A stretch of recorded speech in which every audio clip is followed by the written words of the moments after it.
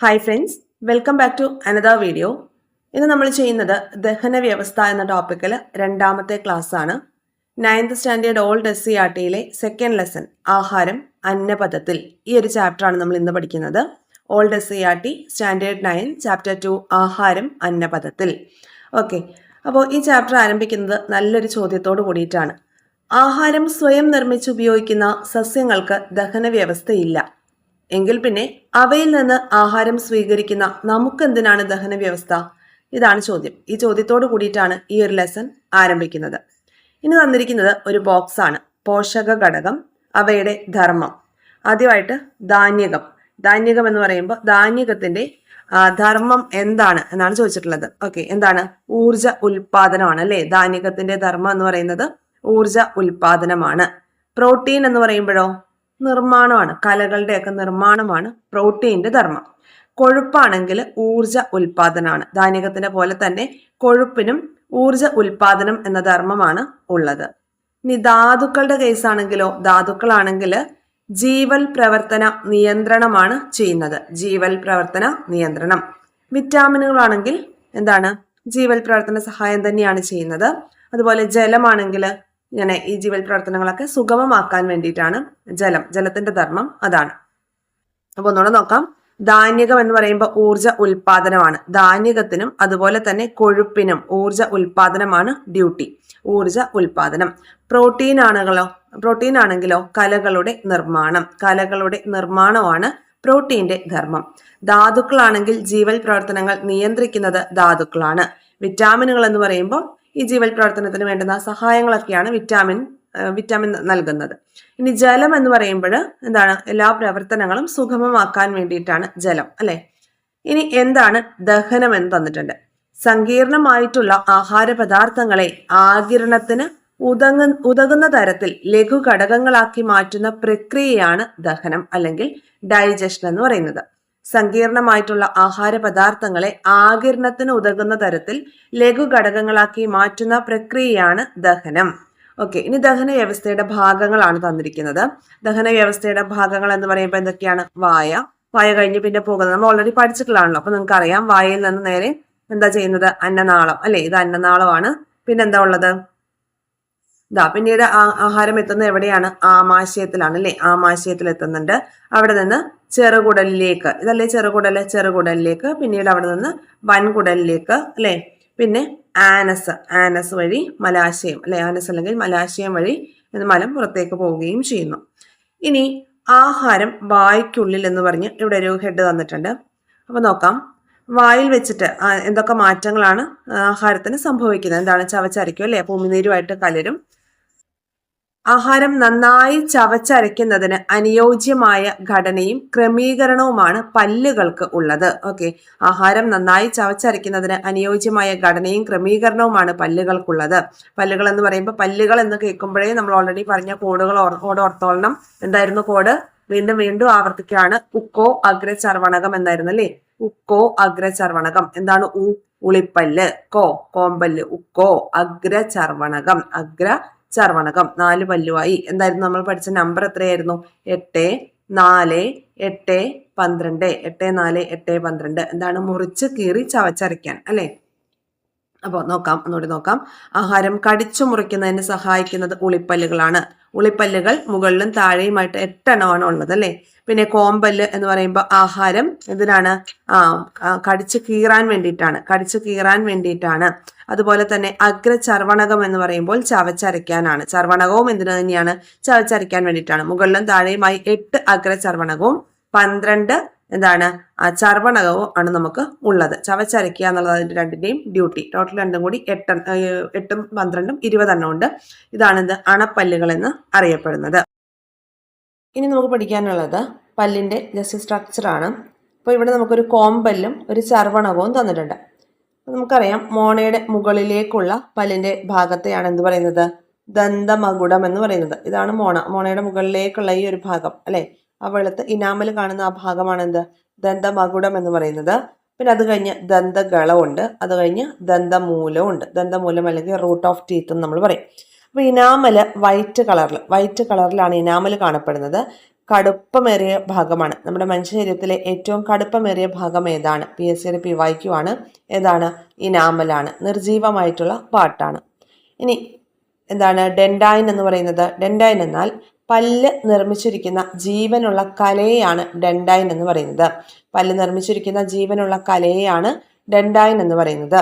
ഇനി അടുത്തതാണ് pulp. Pulp എന്ന് പറയുമ്പോൾ ഏറ്റവും ഉള്ളിലുള്ള ഭാഗമാണ് അല്ലേ, ഏറ്റവും ആന്തരഭാഗമാണ്, പല്ലിന്റെ ഏറ്റവും ആന്തരഭാഗമാണ് പൾപ്പ് എന്ന് പറയുന്നത്. പൾപ്പ് ക്യാവിറ്റിയിൽ കാണുന്ന മൃദുവായ യോജക കല, രക്തക്കുഴലുകളും ലിംഫ് വാഹികളും നാഡീതന്തുക്കളും ഒക്കെ കാണപ്പെടുന്നത് പൾപ്പിലാണ്. പൾപ്പ്. അപ്പോൾ ഈ ഒഡന്റോബ്ലാസ്റ്റ് സെല്ലുകൾ കാണുന്നത് എവിടെയാണ്? അത് പൾപ്പിലാണ്. അപ്പോൾ പൾപ്പ് ക്യാവിറ്റിയിൽ കാണുന്ന മൃദുവായിട്ടുള്ള യോജക കല, രക്തക്കുഴലുകളും ലിംഫ് വാഹികളും നാഡീതന്തുക്കളും ഇതൊക്കെ കാണപ്പെടുന്നത് പൾപ്പിലാണ്. ഇനി അടുത്തത് സിമന്റം. സിമന്റം എന്ന് പറയുമ്പോൾ പേര് കേൾക്കുമ്പോൾ തന്നെ നമുക്കറിയാം എന്തിനു വേണ്ടിയിട്ടാണ്? പല്ലിനെ ഉറപ്പിച്ചു നിർത്താനാണ്. മോണയിലെ കുഴികളിൽ പല്ലിനെ ഉറപ്പിച്ചു നിർത്താൻ വേണ്ടിയിട്ടാണ് എന്ത് ചെയ്യുന്നത്? ഈ കാൽസ്യം അടങ്ങിയിട്ടുള്ള ഒരു യോജക കലയാണ് ഈ സിമന്റം. അതാണ് സിമന്റത്തിന്റെ ഡ്യൂട്ടി. എന്താണ്? ഈ മോണയിലെ കുഴികളിൽ പല്ലിനെ ഉറപ്പിച്ചു നിർത്തുക എന്നുള്ളതാണ്. ഓക്കെ. ഇനി ആഹാര പദാർത്ഥങ്ങളെ ചെറു കണികകളാക്കുന്നതിൽ പല്ലുകളുടെ ഘടന എത്രത്തോളം യോജിച്ചതാണെന്ന് ബോധ്യമായല്ലോ. ഭക്ഷണ പദാർത്ഥങ്ങളെ ഉമിനീരുമായി കൂട്ടിക്കലർത്തുന്നതും പല്ലുകൾക്ക് ചവച്ചരയ്ക്കുന്നതിന് വേണ്ടുന്ന സഹായം ചെയ്യുന്നതും നാക്കാണ്. കൂടാതെ രുചി അറിയാൻ നാക്കിലെ സ്വാദുമുകുളങ്ങൾ സഹായിക്കുന്നുണ്ട്. ഈ കാര്യം ഓർക്കുക. ഇനി അടുത്ത ഭാഗത്തേക്ക് വരാം. ഇനി നമുക്ക് പഠിക്കാനുള്ള ഭാഗം ഉമിനീരും ദഹനവും. രുചിയേറിയ ഭക്ഷണ പദാർത്ഥങ്ങളെ കുറിച്ച് ആലോചിക്കുമ്പോൾ തന്നെ നമ്മുടെ വായിൽ വെള്ളമൂറും. നമ്മൾ ഓൾറെഡി പറഞ്ഞിട്ടുണ്ടായിരുന്നു അല്ലേ, 3 ജോഡി ഉമിനീർ ഗ്രന്ഥികളെ കുറിച്ച് നമുക്ക് പഠിക്കാനുണ്ട്. 9th സ്റ്റാൻഡേർഡ് ലെസണിൽ അത് പഠിക്കാം എന്നൊക്കെ. അപ്പോൾ ഈ ഭാഗമാണ് ഞാൻ ഉദ്ദേശിച്ചത് കേട്ടോ. അപ്പോൾ 3 ജോഡി ഉമിനീർ ഗ്രന്ഥികളാണ് നമുക്ക് ഉള്ളത്. 3 ജോഡി ഉമിനീർ ഗ്രന്ഥികളാണ് ഉള്ളത്. അപ്പോൾ ഉമിനീർ ഗ്രന്ഥികളിൽ നിന്ന് സ്രവിക്കുന്ന ഉമിനീരിൽ സലൈവറി അമിലേസ്, ലൈസോസൈം എന്നീ രാസാഗ്നികളും ശ്ലേഷ്മവും അടങ്ങിയിരിക്കുന്നു. അപ്പൊ 3 ജോഡി ഉമിനീർ ഗ്രന്ഥികളാണെന്ന് പറഞ്ഞു. അപ്പൊ അതിന്റെ പേര് നമുക്കൊന്ന് പഠിക്കാം. സബ് ലിംഗ്വൽ, പിന്നെ സബ് മാക്സിലറി, അതുപോലെ തന്നെ പരോട്ടിഡ്. ഇതാണ് 3 ഉമിനീർ ഗ്രന്ഥികൾ എന്ന് പറഞ്ഞല്ലോ. അപ്പോൾ 3 ജോഡി എന്ന് പറയുമ്പോൾ ടോട്ടൽ 6 എണ്ണം ഉണ്ട്. അപ്പോൾ sub lingual, sub maxillary, parotid. അതിൽ ഏറ്റവും ചെറുതാണ് സബ് ലിംഗ്വൽ എന്ന് പറയുന്നത് ഏറ്റവും ചെറിയ ജോഡി ഉമിനീർ ഗ്രന്ഥിയാണ് കേട്ടോ, ഏറ്റവും ചെറുതാണ്.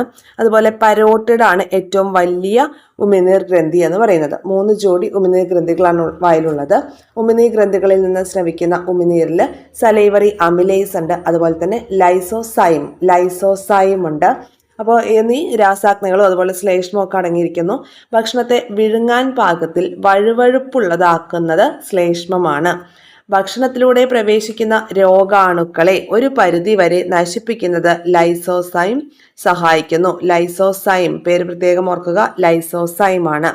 സലൈവറി അമിലേസ് എന്ത് ചെയ്യും? അന്നജത്തെ ഭാഗികമായി മാൾട്ടോസ് എന്ന പഞ്ചസാരയാക്കുന്നു.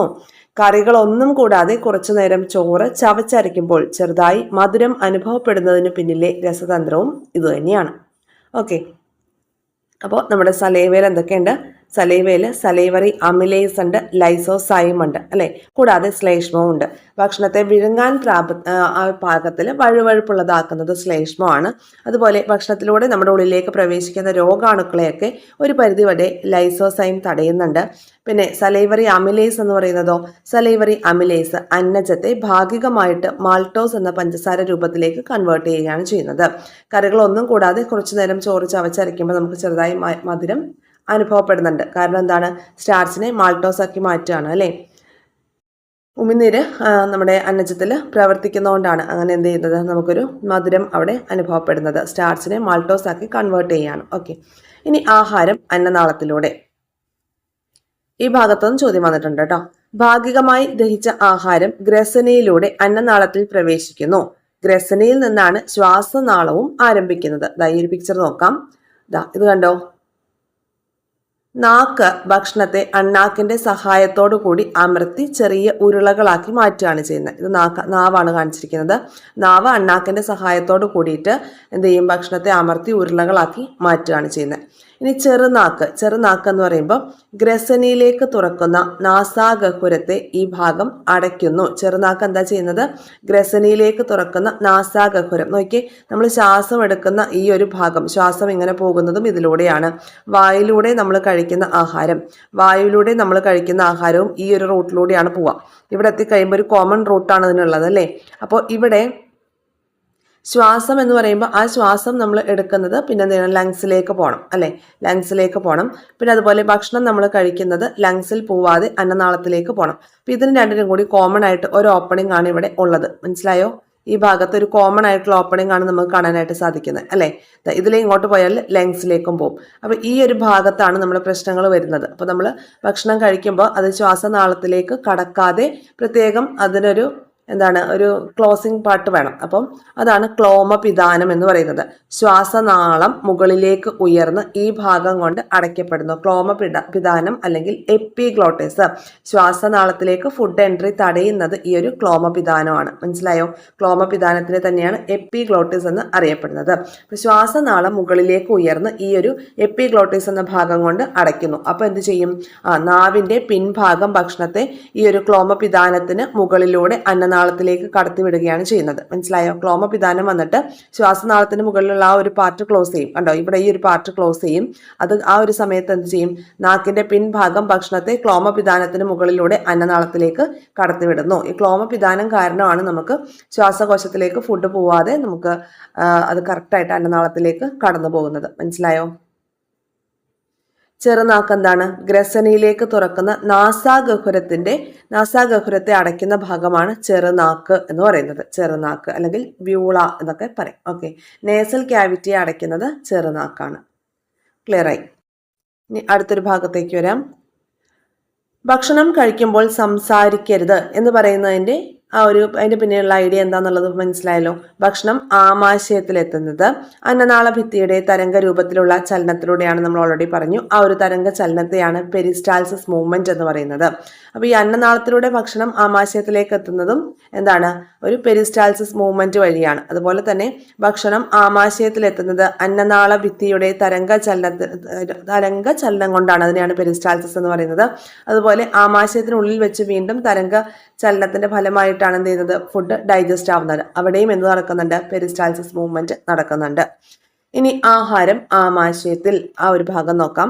വായ്ക്കുള്ളിൽ വെച്ച് അല്പം മാത്രം ദഹിച്ച ആഹാര പദാർത്ഥങ്ങൾ ആമാശയത്തിലെത്തി കൂടുതലായിട്ട് ദഹിക്കപ്പെടുന്നു. നമ്മൾ 7th സ്റ്റാൻഡേർഡിൽ പഠിച്ച ചാപ്റ്ററിന്റെ കുറച്ചുകൂടെ ഡീറ്റെയിൽഡ് ആയിട്ടുള്ള എക്സ്പ്ലനേഷൻ ആണ് ഈ ഭാഗത്ത് നമുക്ക് തരുന്നത്. ഓക്കെ, അപ്പോൾ ഇപ്പോൾ ആഹാരം എവിടെ എത്തി? ആമാശയത്തിൽ എത്തിയിട്ടുണ്ടല്ലേ. അപ്പോൾ വായ്ക്കുള്ളിൽ വെച്ച് അല്പം മാത്രം ദഹിച്ച ആഹാര പദാർത്ഥങ്ങൾ ആമാശയത്തിലെത്തി കൂടുതലായി ദഹിക്കപ്പെടുകയാണ്. ആമാശയത്തിൽ ദഹനം നടക്കുന്നതിന്റെ ചിത്രമാണ് നമുക്ക് തന്നിട്ടുള്ളത്. ആമാശയത്തിൽ എന്തുണ്ട്? വലയ പേശികളുണ്ട്. ഈ വലയ പേശികൾ എന്താ ചെയ്യുന്നത്?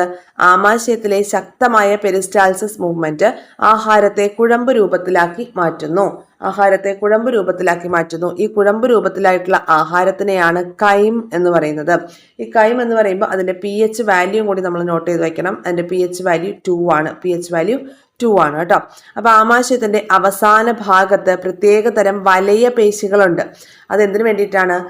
ഈ ദഹിച്ച ആഹാരത്തെ അതിന്റെ അത്രയും സമയം, വേണ്ടത്ര സമയം നമ്മുടെ ആമാശയത്തിൽ തന്നെ നിലനിർത്താൻ വേണ്ടി ഹെൽപ്പ് ചെയ്യുന്ന പേശികളാണ് വലയ പേശികൾ. മനസ്സിലായോ? ആമാശയത്തിലെ ശക്തമായ പെരിസ്റ്റാൾസിസ് മൂവ്മെന്റ് ആഹാരത്തെ കുഴമ്പ് രൂപത്തിലുള്ള കൈമാക്കി മാറ്റുന്നു. ആമാശയത്തിന്റെ അവസാന ഭാഗത്തുള്ള പ്രത്യേക തരം വലയ പേശികൾ ആഹാരം ആമാശയത്തിൽ വേണ്ടത്ര സമയം നിലനിർത്തുന്നു. ക്ലിയർ? ഇനി ആമാശയ ഭിത്തിയിൽ കാണപ്പെടുന്ന ഗ്രന്ഥികൾ സ്രവിക്കുന്ന ആമാശയ രസത്തിലെ ഘടകങ്ങൾ, അവയാണ് ഇനി നമുക്ക് ഇവിടെ തന്നിട്ടുള്ളത് കേട്ടോ. അപ്പോൾ ആമാശയ ഭിത്തിയിൽ കാണപ്പെടുന്ന ഗ്രന്ഥികൾ സ്രവിക്കുന്ന ആമാശയ രസത്തിലെ ഘടകങ്ങൾ ദഹന പ്രക്രിയയിൽ വഹിക്കുന്ന പങ്ക് എന്താണെന്നാണ് ഇവിടെ നമുക്ക് തന്നിരിക്കുന്നത്. നോക്കാം. ആമാശയ രസം. ആദ്യം പെപ്സിൻ തന്നിട്ടുണ്ട്. പെപ്സിൻ എന്ന എൻസൈം എന്താണ് ചെയ്യുന്നത്? പ്രോട്ടീനെ ഭാഗികമാക്കി പെപ്റ്റോണുകളാക്കി മാറ്റുന്നു. പെപ്സിൻ എന്ന എൻസൈം പ്രോട്ടീനെ ഭാഗികമായിട്ട് പെപ്റ്റോണുകളാക്കി മാറ്റുന്നു. ക്ലിയർ ആയോ? പ്രോട്ടീനെ പെപ്റ്റോൺ ആക്കി മാറ്റുന്നത് ആരാണ്? പെപ്സിൻ എന്ന എൻസൈം ആണ്. ഓക്കെ, ഇനി കൊഴുപ്പിനെ ഭാഗികമായി ദഹിപ്പിക്കുന്നു. ആരാണ്? കൊഴുപ്പിനെ ഭാഗികമായി ദഹിപ്പിക്കുന്ന ആമാശയ രസമാണ് നമുക്കിവിടെ എഴുതാം. ഗ്യാസ്ട്രിക് ലിപ്പേസ് എൻസൈം ആണ്. Gastric lipase enzyme. ഗ്യാസ്ട്രിക്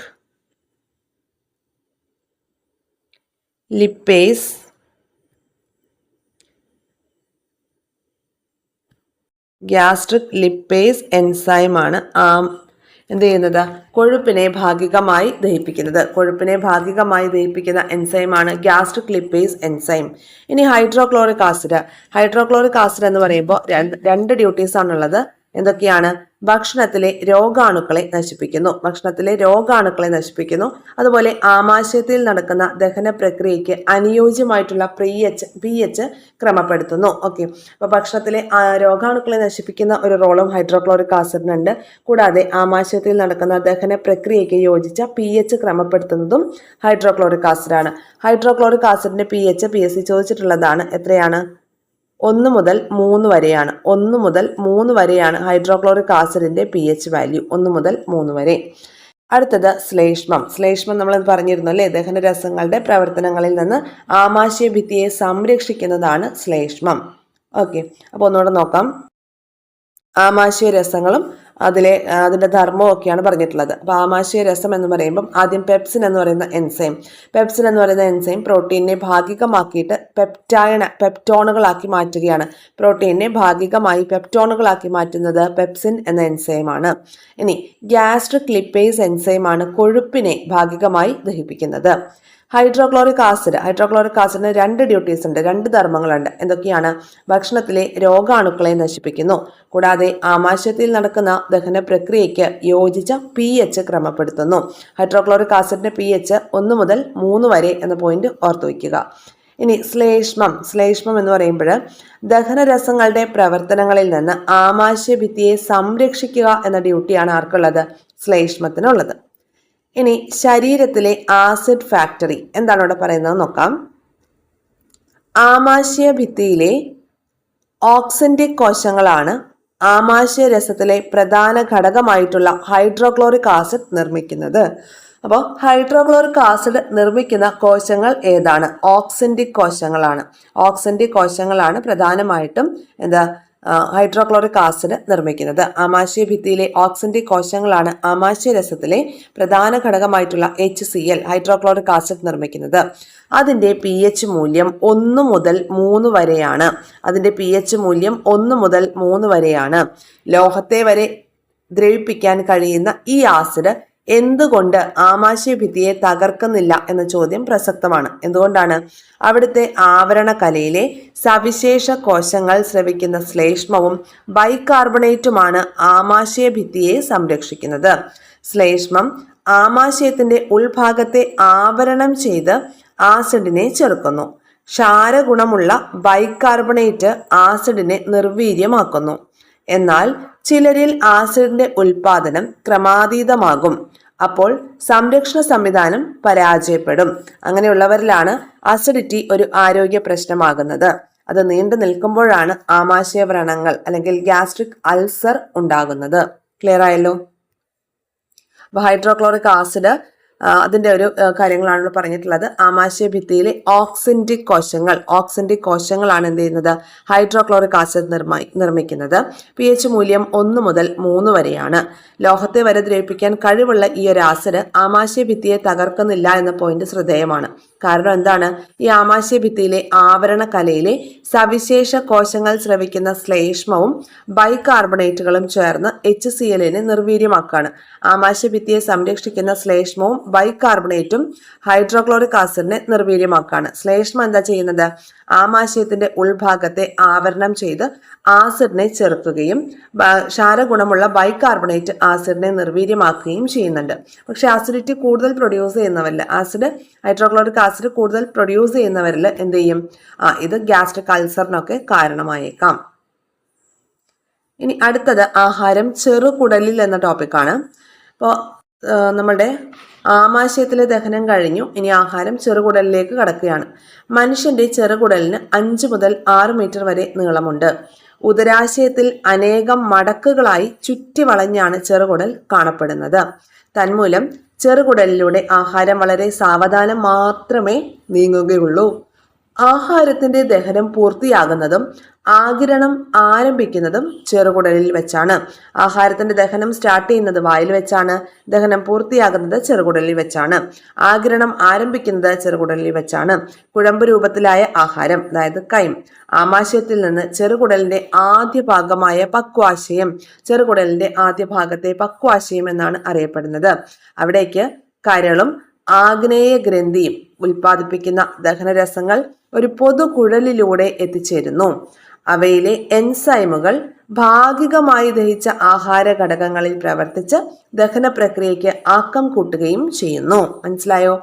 ആഹാരത്തിന്റെ ദഹനം പൂർത്തിയാകുന്നതും ആഗിരണം ആരംഭിക്കുന്നതും ചെറുകുടലിൽ വെച്ചിട്ടാണ്.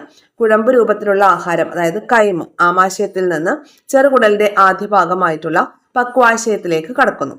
അവിടേക്ക് എന്ത് ചെയ്യും? ഒരു പൊതുകുഴലുണ്ട് ആ ഭാഗത്തേക്ക്, അതായത് കരളും ആഗ്നേയഗ്രന്ഥിയും ഒക്കെ പ്രൊഡ്യൂസ് ചെയ്യുന്ന ദഹനരസങ്ങൾ ഒരു പൊതുകുഴലിലൂടെ ഈ ഭാഗത്തേക്ക് എത്തിച്ചേരുകയാണ്. അപ്പോൾ ഈ കുഴലിലൂടെ വരുന്ന എൻസൈമുകൾ ഭാഗികമായി ദഹിച്ച ആഹാര ഘടകങ്ങളിൽ പ്രവർത്തിച്ച് ദഹന പ്രക്രിയയ്ക്ക് ആക്കം കൂട്ടുകയാണ് ചെയ്യുന്നത്. ഇനി പഠിക്കുന്നത് ദഹന പ്രക്രിയയിൽ കരളിന്റെ പങ്ക് എന്താണ് എന്നുള്ളതാണ്. ദഹന പ്രക്രിയയിൽ കരളിന്റെ പങ്ക് എന്താണ്? അപ്പൊ ആദ്യം ലിവറിനെ കുറിച്ച് നമുക്കിവിടെ ഈ ബോക്സിൽ തന്നിരിക്കുന്നത് എന്താണെന്ന് നോക്കാം. കരൾ ഉൽപ്പാദിപ്പിക്കുന്ന പിത്തരസത്തിൽ എൻസൈമുകൾ ഇല്ല. ഫസ്റ്റ് പോയിന്റ്, കരൾ ഉൽപ്പാദിപ്പിക്കുന്നത് പിത്തരസമാണ്, അതിൽ എന്തില്ല? എൻസൈമുകൾ ഇല്ല. കൊഴുപ്പിനെ ചെറു കണികകളാക്കുകയും ഭക്ഷണത്തെ ക്ഷാരഗുണമുള്ളതാക്കുകയും ചെയ്യുന്നു. എന്ത് ചെയ്യുന്നു? കൊഴുപ്പിനെ ചെറു കണികകളാക്കുന്നു, കൊഴുപ്പിനെ ചെറു കണികകളാക്കുന്നു. അതുപോലെ തന്നെ ഭക്ഷണത്തെ ക്ഷാരഗുണമുള്ളതാക്കുന്നു. ക്ലിയർ ആയല്ലോ? ഭക്ഷണത്തെ ക്ഷാരഗുണമുള്ളതാക്കുന്നതും കരളാണ്. ഓക്കെ, കരൾ ഉൽപ്പാദിപ്പിക്കുന്ന പിത്തരസമാണ് എന്ത് ചെയ്യുന്നത്? ഭക്ഷണത്തെ ക്ഷാരഗുണമുള്ളതാക്കുകയും ചെയ്യുന്നത്. അങ്ങനെ ആ രീതിയിലാണ് ഈ കരള് ദഹനത്തെ സഹായിക്കുന്നത്. കരൾ ഉൽപ്പാദിപ്പിക്കുന്ന പിത്തരസം പിത്താശയത്തിലാണ് സംഭരിച്ചു വെക്കുന്നത്. കരൾ ഉൽപ്പാദിപ്പിക്കുന്ന പിത്തരസം സംഭരിച്ചു വെക്കുന്നത് പിത്താശയത്തിലാണ്. അപ്പൊ കരളിന്റെ പോയിന്റ്സ് എന്തൊക്കെയാണ്? കരൾ ഉൽപ്പാദിപ്പിക്കുന്ന പിത്തരസത്തിൽ എൻസൈമുകളില്ല, കൊഴുപ്പിനെ ചെറു കണികകളാക്കുകയും ഭക്ഷണത്തെ ക്ഷാരഗുണമുള്ളതാക്കുകയും ചെയ്യുന്നതിലൂടെ കരൾ ദഹനത്തെ സഹായിക്കുന്നു. കരൾ ഉൽപ്പാദിപ്പിക്കുന്ന പിത്തരസം പിത്താശയത്തിലാണ് സംഭരിക്കുന്നത്.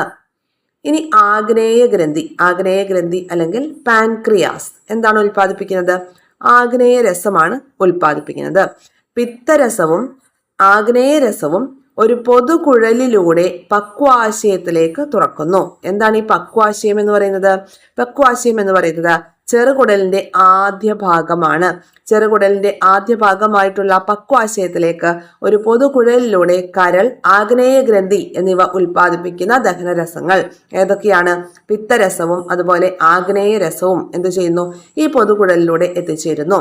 ആ എൻസൈമുകൾ ഭാഗികമായി ദഹിച്ച ആഹാര പദാർത്ഥത്തിൽ പ്രവർത്തിച്ച് ദഹന പ്രക്രിയയ്ക്ക് ആക്കം കൂട്ടുകയാണ് ചെയ്യുന്നത്. ക്ലിയർ ആയോ? അപ്പൊ നമ്മൾ പറഞ്ഞു പിത്തരസത്തിൽ എന്തില്ല? എൻസൈമുകളില്ല. പിത്തരസത്തിൽ എൻസൈമുകളില്ല എങ്കിലും ദഹന പ്രക്രിയയിൽ അതിന്റെ പങ്ക് എന്താണ് എന്ന കാര്യം മനസ്സിലായല്ലോ. ഇനി നമുക്കിവിടെ ഒരു ബോക്സ് തന്നിട്ടുണ്ട്. ആഗ്നേയ രസങ്ങള്, അതിന്റെ പ്രവർത്തനം ഏത് രീതിയിലാണ്? ചെറുകുടലിൽ ആഗ്നേയ രസങ്ങളുടെ പ്രവർത്തനം ഏത് രീതിയിലാണെന്നാണ് തന്നിരിക്കുന്നത്. ചെറുകുടലിലെ കാര്യമാണ് ഇവിടെ പറയുന്നത്. ഓക്കെ, അപ്പൊ ഏറ്റവും ആദ്യം ഇമ്പോർട്ടന്റ് ആണ്, നോട്ട് ചെയ്ത് വെച്ചേക്കുക. ചെറുകുടലിലെ അന്നജത്തിന്മേൽ പാൻക്രിയാറ്റിക് അമിലേസ് പ്രവർത്തിച്ചിട്ട് അന്നജത്തെ മാൾട്ടോസ് ആക്കി കൺവേർട്ട് ചെയ്യുന്നു. അതുപോലെ പ്രോട്ടീനിൽ എന്താണ് പ്രവർത്തിക്കുന്നത്? ട്രിപ്സിൻ പ്രവർത്തിച്ചിട്ട് അതിനെ പെപ്റ്റൈഡ് ആക്കി മാറ്റുന്നു. ഇനി കൊഴുപ്പ് എന്ന് പറയുമ്പോൾ അതിൽ പാൻക്രിയാറ്റിക് ലിപ്പേസ് ആണ് എന്ത് ചെയ്യുന്നത്? കൊഴുപ്പിൽ പ്രവർത്തിക്കുന്നത്. എന്നിട്ട് അതിനെ എന്തൊക്കെയാക്കി കൺവേർട്ട് ചെയ്യും? ഫാറ്റി ആസിഡും ഗ്ലിസറോളുമായി കൺവേർട്ട് ചെയ്യും. ഓക്കെ, അപ്പൊ ചെറുകുടലിലെ കാര്യമാണ് നമ്മൾ പറയുന്നത് കേട്ടോ. ചെറുകുടലിലെ അന്നജത്തില് പാൻക്രിയാറ്റിക് അമിലേസ് പ്രവർത്തിച്ച് അന്നജത്തെ മാൾട്ടോസ് ആക്കി മാറ്റുന്നു. പ്രോട്ടീനിൽ ട്രിപ്സിൻ പ്രവർത്തിച്ച് പെപ്റ്റൈഡ് ആക്കി മാറ്റുന്നു. കൊഴുപ്പിൽ പാൻക്രിയാറ്റിക് ലിപ്പേസ് പ്രവർത്തിച്ച് ഫാറ്റി ആസിഡും ഗ്ലിസറോളുമായിട്ട് മാറുന്നു.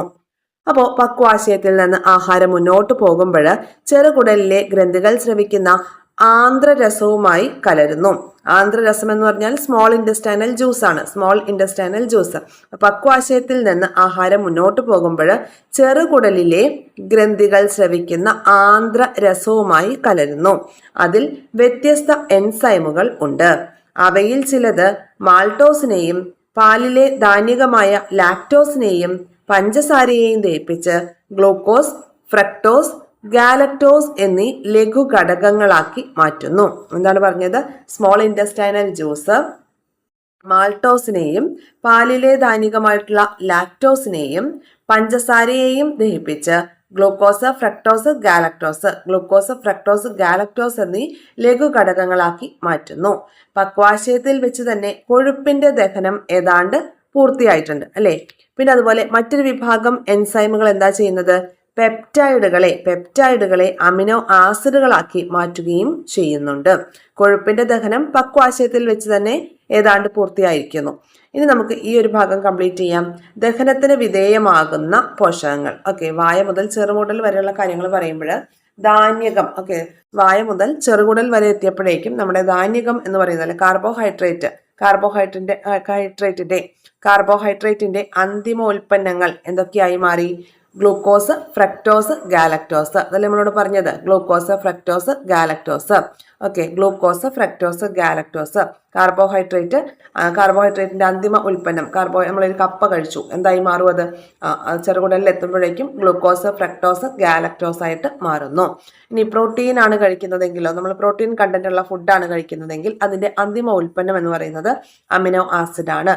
ഇനി കൊഴുപ്പാണെങ്കിൽ എന്തായി മാറുന്നതാണ് പറഞ്ഞത്? ഫാറ്റി ആസിഡും ഗ്ലിസറോളുമായിട്ടാണ് മാറുന്നത്. അതുപോലെ തന്നെ എന്താണ്? പ്രോട്ടീൻ ആണെങ്കിൽ അമിനോ ആസിഡുകളായിട്ടാണ് മാറുന്നത്. ക്ലിയർ ആയല്ലോ? അടുത്തൊരു പേജിലേക്ക് വരാം. സങ്കീർണ ഘടനയുള്ള ധാന്യകവും പ്രോട്ടീനും കൊഴുപ്പും ആഗിരണം ചെയ്യപ്പെടാൻ കഴിയും വിധം ലഘു ഘടകങ്ങളാക്കി മാറ്റുന്ന പ്രക്രിയയാണ് ദഹനം. ദഹനത്തിന്റെ ഡീറ്റെയിൽഡ് ആയിട്ടുള്ള ഒരു കാര്യമാണ് ഇവിടെ പറഞ്ഞത് അല്ലെ. സങ്കീർണ ഘടനയുള്ള ധാന്യകം, പ്രോട്ടീൻ, കൊഴുപ്പ് എന്നിവ ആഗിരണം ചെയ്യപ്പെടാൻ കഴിയുന്ന വിധം ലഘുഘടനയാക്കി മാറ്റുന്ന പ്രക്രിയയാണ് ദഹനം എന്ന് പറയുന്നത്. ആഗിരണം ആരംഭിക്കുന്നു. നോക്കാം. ലഘു പോഷക ഘടകങ്ങളുടെ ആഗിരണം ആരംഭിക്കുന്നത് ചെറുകുടലിൽ വെച്ചാണ്. ലഘു പോഷക ഘടകങ്ങളുടെ ആഗിരണം ആരംഭിക്കുന്നത് ചെറുകുടലിൽ വെച്ചാണ്. ഇനി നമുക്കിവിടെ വില്ലസിന്റെ സ്ഥാനവും ഘടനയും എന്ന് പറഞ്ഞു തന്നിട്ടുണ്ട്. വില്ലസ് എന്താന്ന് നമ്മൾ ഓൾറെഡി പഠിച്ചു അല്ലെ. ചെറുകുടലിന്റെ ഭിത്തികളിൽ കാണുന്ന സൂക്ഷ്മങ്ങളായിട്ടുള്ള വിരലുകൾ പോലെയുള്ള ഭാഗമാണ് വില്ലസുകൾ. ഇടയ്ക്കിടയ്ക്ക് വെള്ളി വീഴുന്നുണ്ട് അല്ലെ. ചെറുകുടലിന്റെ ഭിത്തിയിൽ കാണുന്ന സൂക്ഷ്മങ്ങളായിട്ടുള്ള വിരലുകൾ പോലെയുള്ള ഭാഗമാണ് വില്ലസുകൾ.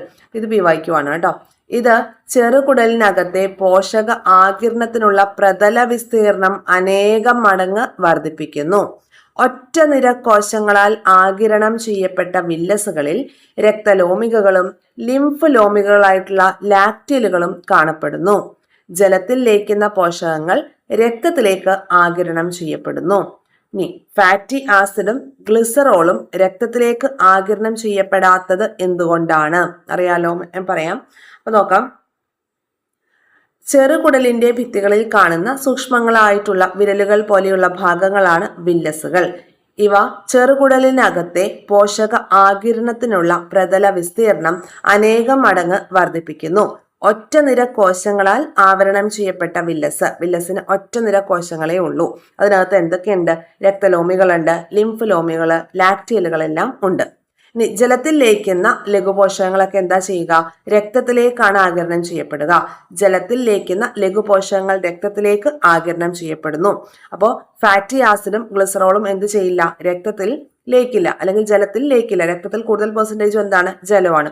അപ്പോൾ ഇത് ജലത്തിൽ ലയിക്കാത്തത് കൊണ്ട് ഫാറ്റി ആസിഡും ഗ്ലിസറോളും എന്ത് ചെയ്യില്ല? രക്തത്തിലേക്ക് ആഗിരണം ചെയ്യപ്പെടുന്നില്ല.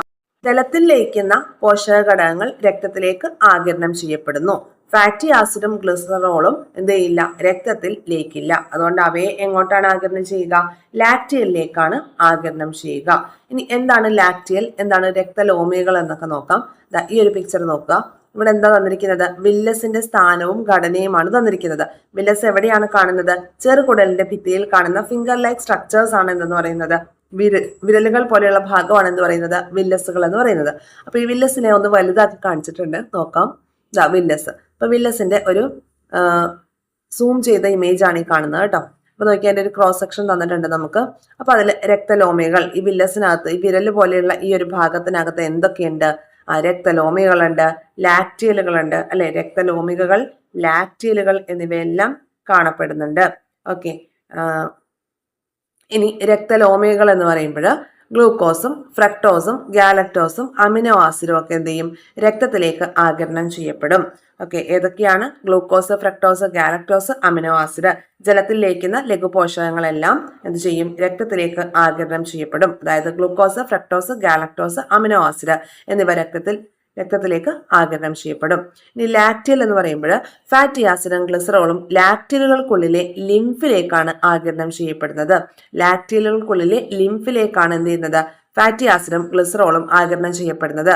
അതെന്ത് ചെയ്യില്ല, ജലത്തിൽ ലയിക്കില്ല. അതുകൊണ്ടാണ് രക്തത്തിലേക്ക് ആഗിരണം ചെയ്യപ്പെടാത്തത്. ഓക്കെ, രക്തത്തിന്റെ കൂടുതൽ പെർസെൻറ്റേജും വാട്ടറാണ്. ക്ലിയർ?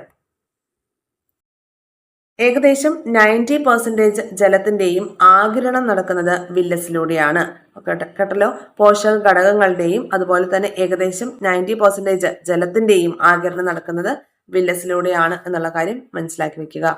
ഇനി അടുത്തത്, ലഘുപോഷകങ്ങൾ രക്തത്തിലേക്കും ലിംഫിലേക്കും ആഗിരണം ചെയ്യപ്പെടുന്നത് രക്തലോമികളുടെയും ലാക്റ്റിലുകളുടെയും ഭിത്തികളിലൂടെയാണെന്ന് നമ്മൾ മനസ്സിലാക്കി. ഭിത്തിയിലെ കോശങ്ങൾക്കും ഇതിൽ പങ്കുണ്ട്. കോശത്തിനകത്തേക്കും പുറത്തേക്കും തന്മാത്രകൾ കടന്നു പോകുന്നതിന് മുന്നിൽ ചില പ്രക്രിയകളുണ്ട്. ആ പ്രക്രിയകളെ കുറിച്ചാണ് നമ്മൾ ഇനി പഠിക്കാനായിട്ട് പോകുന്നത്. എന്താണ്? ലഘുപോഷക ഘടകങ്ങൾ രക്തത്തിലേക്കും ലിംഫിലേക്കും ഒക്കെ ആഗിരണം ചെയ്യുന്നു നമ്മൾ പറഞ്ഞു. അപ്പൊ അങ്ങനെ ആഗിരണം ചെയ്യുന്നത് രക്തലോമികകളുടെയും ലാക്റ്റിയലുകളുടെയും ഭിത്തിയിലൂടെയാണ്, അല്ലെ? അപ്പോൾ അതിലെ ഈ ഒരു ഭിത്തികളിലെ കോശങ്ങൾക്കും ഇതിൽ പ്രധാനമായിട്ടൊരു പങ്ക് വഹിക്കുന്നുണ്ട്. അപ്പോൾ കോശത്തിനകത്തേക്കും പുറത്തേക്കും തന്മാത്രകൾ കടന്നു പോകുന്നതിന് പിന്നിൽ ചില പ്രക്രിയകളുണ്ട്. അത് എന്തൊക്കെയാണെന്നാണ് നോക്കേണ്ടത്. ക്ലിയർ ആയല്ലോ? ആഗിരണത്തിന് പിന്നിൽ നമ്മൾ പറഞ്ഞത് എന്താണ്? ഈ ഒരു വില്ലസുകൾക്കുള്ളിലുള്ള എന്താണ്, രക്തലോമികളിലേക്കും ലാക്റ്റിലുകളിലേക്കും എല്ലാം എന്ത് ചെയ്യും, ലഘുപോഷക ഘടകങ്ങൾ ആഗിരണം ചെയ്യും. അപ്പൊ ഈ വില്ലസിന്റെ ഈ കോശഭിത്തിയിലുള്ള നടക്കുന്ന കാര്യങ്ങൾ, ആ കോശഭിത്തിയിലുള്ള കാര്യങ്ങളിൽ അതിനെയാണ് നമ്മൾ ഡിസ്കസ് ചെയ്യുന്നത്. അതിൽ നിന്ന് ആ കോശത്തിനകത്തേക്കും പുറത്തേക്കും തന്മാത്രകൾ കടന്നു പോകുന്നതിന് പിന്നിലുള്ള കാര്യങ്ങൾ എന്തൊക്കെയാണ്? അതായത് ഗാഢതാക്രമത്തിനനുസരിച്ചും ഗാഢതാക്രമത്തിന് വിപരീതമായിട്ടൊക്കെയാണ് ചെറുകുടലിൽ നിന്നും ലഘു ഘടകങ്ങളുടെ ആഗിരണം നടക്കുന്നത്. അപ്പൊ ആഗിരണത്തിന് പിന്നിലുള്ള കാര്യങ്ങൾ എന്തൊക്കെയാണെന്ന് നമുക്ക് പഠിക്കാം. തന്മാത്രകളുടെ ഗാഢത കൂടിയ ഭാഗത്ത് നിന്ന് ഗാഢത കുറഞ്ഞ ഭാഗത്തേക്കുള്ള ഒഴുക്കിനെയാണ് സിമ്പിൾ ഡിഫ്യൂഷൻ എന്ന് പറയുന്നത്, അല്ലെ?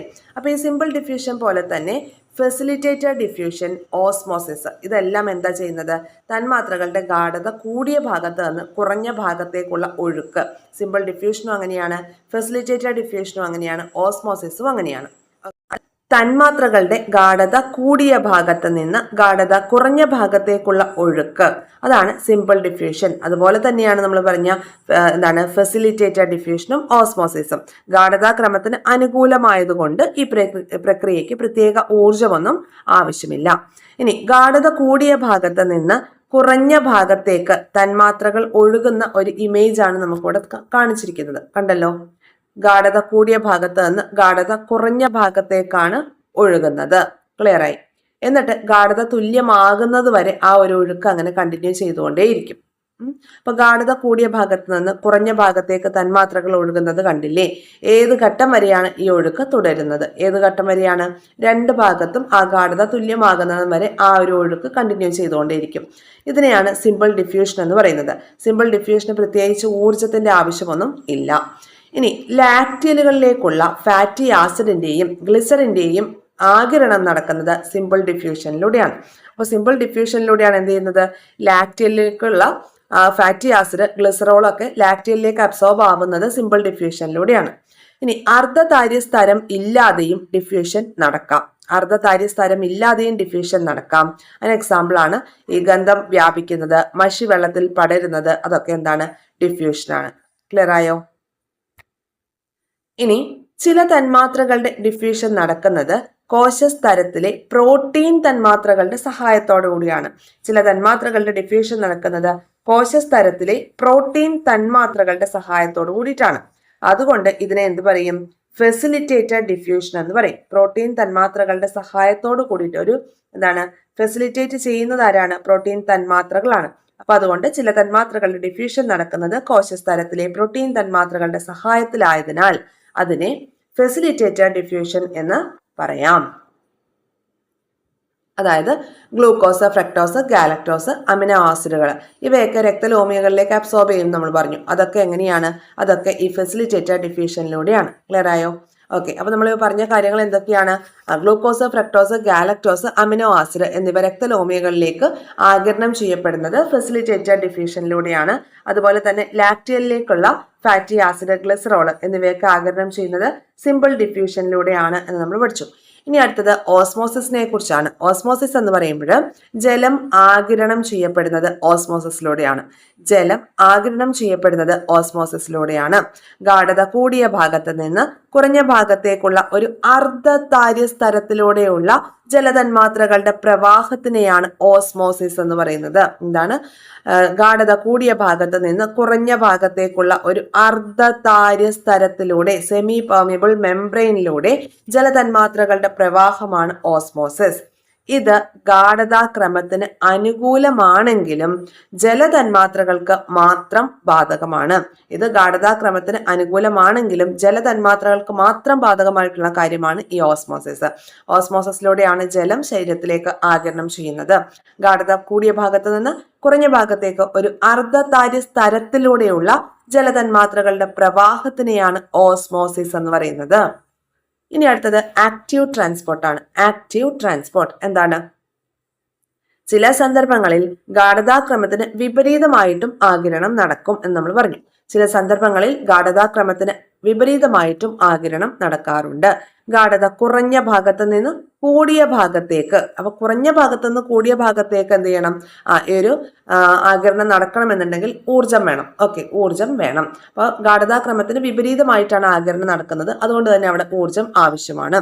അപ്പൊ ഗാഢത കുറഞ്ഞ ഭാഗത്ത് നിന്ന് കൂടിയ ഭാഗത്തേക്ക് ഊർജം ഉപയോഗിച്ച് വാഹക പ്രോട്ടീനുകളുടെ സഹായത്താൽ തന്മാത്രകൾ ആഗിരണം ചെയ്യപ്പെടുന്നുണ്ട്. ഇതിനെയാണ് എന്ത് പറയുന്നത്? Active transport. ആക്റ്റീവ് ട്രാൻസ്പോർട്ട് എന്നാണ് ഈ ഒരു പ്രക്രിയ അറിയപ്പെടുന്നത്. ക്ലിയർ ആയോ? എന്താണ്? വാഹക പ്രോട്ടീനുകളുടെ സഹായത്താൽ ഗാഢത കുറഞ്ഞ ഭാഗത്ത് നിന്ന് ഗാഢത കൂടിയ ഭാഗത്തേക്ക് ഊർജം ഉപയോഗിച്ച് തന്മാത്രകൾ ആഗിരണം ചെയ്യപ്പെടുന്നു. അപ്പൊ അങ്ങനെ ആഗിരണം ചെയ്യപ്പെടുന്ന ഏതൊക്കെയാണ്? ചെറുകുടലില് ഗ്ലൂക്കോസ്, ലവണങ്ങൾ എന്നിവയുടെ ഗാഢത കുറയുമ്പോൾ ആക്റ്റീവ് ട്രാൻസ്പോർട്ടിലൂടെയാണ് എന്ത് ചെയ്യുന്നത്? ആഗിരണം ചെയ്യുന്നത്. ഗ്ലൂക്കോസിന്റെയും ലവണങ്ങളുടെയും ഒക്കെ ഗാഢത ചെറുകുടലിൽ കുറവായിരിക്കുമ്പോൾ ആക്റ്റീവ് ട്രാൻസ്പോർട്ടിലൂടെയാണ് അത് ആഗിരണം ചെയ്യുന്നത്. തന്മൂലം കോശത്തിന്റെ ആവശ്യത്തിനനുസരിച്ച് അല്പം പോലും നഷ്ടപ്പെടാതെ പരമാവധി ഗ്ലൂക്കോസും ലവണങ്ങളും രക്തത്തിലേക്ക് കടക്കുകയും ചെയ്യും. ക്ലിയർ ആയല്ലോ ഇത്രയും ഭാഗങ്ങൾ? ഇനി അടുത്തത് വൻകുടലിലേക്കും പുറത്തേക്കും എന്നുള്ളതാണ്. അപ്പൊ അങ്ങനെ ആഗിരണം കഴിഞ്ഞു. ഇനി പോഷക ഘടകങ്ങളുടെ ആഗിരണത്തിന് ശേഷമുള്ള ദഹനാവശിഷ്ടങ്ങൾ വൻകുടലിലേക്ക് നീങ്ങുകയാണ്. ചെറുകുടലിൽ വെച്ച് ആഗിരണം ചെയ്യപ്പെട്ട് കഴിഞ്ഞ ശേഷം അവശേഷിക്കുന്ന ഭൂരിഭാഗം ലവണങ്ങളും ജലവും വൻകുടലിൽ വെച്ച് ആഗിരണം ചെയ്യപ്പെടുന്നു. മനുഷ്യന്റെ വൻകുടലിൽ വസിക്കുന്ന ചില ബാക്ടീരിയകൾ വിറ്റാമിൻ കെ പോലെയുള്ള പദാർത്ഥങ്ങൾ ഉൽപ്പാദിപ്പിക്കുന്നുണ്ട്. ഓക്കെ, അപ്പോൾ ദഹനത്തിന് വിധേയമാകാത്ത ആഹാരം എന്ത് ചെയ്യും? വൻകുടലിലേക്ക് എത്തും അല്ലെ.